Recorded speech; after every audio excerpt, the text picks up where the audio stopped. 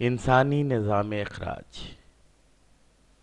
इंसानी निज़ाम अखराज दो गुर्दों, शरियानों, वरीदों और पेशाब की नलियों पर मुश्तमिल होता है। दो गुर्दे होते हैं जिनसे एक एक शरियान, एक एक वरीद और एक एक पेशाब की नली जुड़ी होती है।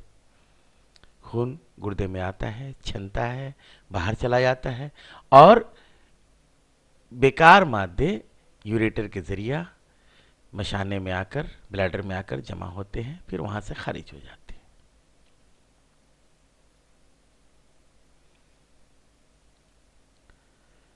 खून के प्रेशर को गुर्दों के ज़रिए मेंटेन किया जाता है।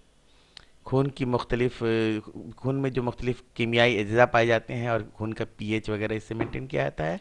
और बेकार पानी, यूरिक एसिड और यूरिया वगैरह को जिस्म से खारिज किया जाता है। हर गुर्दे को हम जब अमूदी तराश में देखते हैं तो हम लोग देखते हैं कि गुर्दे में जहाँ पर एक गड्ढा होता है जिसे हाइलम कहते हैं, वहाँ पर एक यूरेटर, एक आर्टरी और एक वेन आकर के वहाँ जुड़ती हैं। हर गुर्दे में बहुत सारे छोटे छोटे अज्जा होते हैं जिनको नेफ्रॉन कहते हैं। ये स्क्रीन पर आप नेफ्रॉन देख रहे हैं। ये हर नेफ्रॉन का एक नेफ्रॉन में एक छोटा सा गोल हिस्सा हो जिसे जिसे बोमेंस कैप्सूल कहते हैं। और बोमेंस कैप्सूल के अंदर निहायत ही बारीक नलियों का एक जाल सा होता है जिसे ग्लोमेरुलस कहते हैं।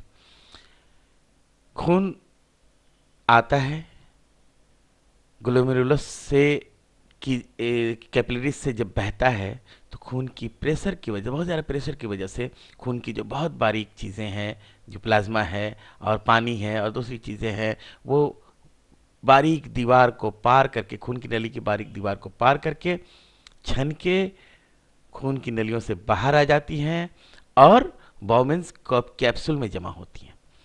और फिर वहाँ से वो ये जो पतली नलियाँ हैं, ट्यूबुल्स, रेनल ट्यूबुल्स जब हम लोग जिनको बोलते हैं, रेनल ट्यूबुल्स के जरिए ये आती हैं और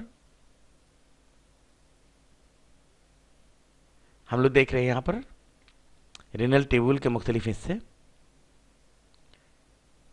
ये है प्रॉक्सिमल कन्वोल्यूटेड ट्यूबुल। ये एक यू की शक्ल की ट्यूब है जिसे हम लोग कहते हैं लूप ऑफ हैनले। और ये तीसरा हिस्सा है जो डिस्टल कॉन्वोल्यूटेड ट्यूबुल कहा जाता है।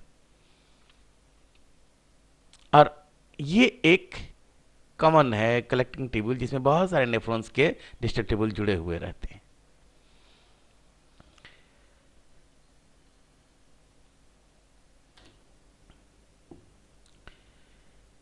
रीनल आर्टरी के जरिए खून गुर्दों में आता है हाइलस के मुकाम पर।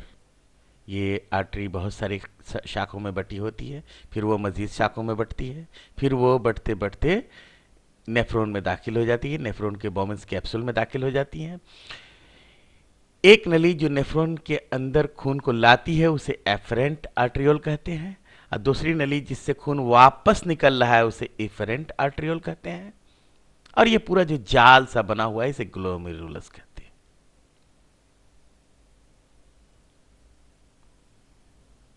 यानी एफरेंट आर्ट्रियोल, इफरेंट आर्ट्रियोल और पेरीट्यूबुलर कैपिलरीज कहा जाता है। वही नलियां एफरेंट आर्ट्रियोल नीचे आकर के लूप ऑफ हेनले के इर्द गिर्द ट्यूबुल को पूरी तरह जकड़े हुए रहती हैं। यहाँ पर बहुत सारे चीज़ों का सिक्रेशन और रीएब्जॉर्प्शन का काम होता है। ये जो वरीद है ये इंफीरियर वेना कावा से जाकर मिल जाती है।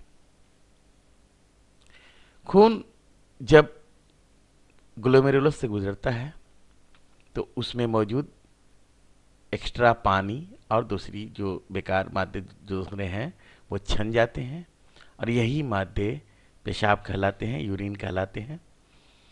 और ये छन कर जब रीनल ट्यूब्यूल से गुजरते हैं तो बहुत सारा पानी फिर वापस खून में चला आता है। इसे हम लोग री एब्जॉर्प्शन कहते हैं। और बहुत सारी तो कुछ चीज़ें फिर वापस खून से ट्यूबुल में भी आती हैं। तो इस तरह मजमूई तौर पर हम लोग देखते हैं कि पेशाब बनता है, ब्लैडर में जमा होता है और यूरेथ्रा के जरिए निकल जाता है। तो ये यूरिन फॉर्मेशन का पूरा प्रोसेस था। हमने फिर देखा कि गुर्दे हैं, गुर्दे में नेफ्रॉन है, नेफ्रॉन में ग्लोमेरुलस है, और ये सब कुछ होता है किडनीज, दोनों किडनीज के अंदर।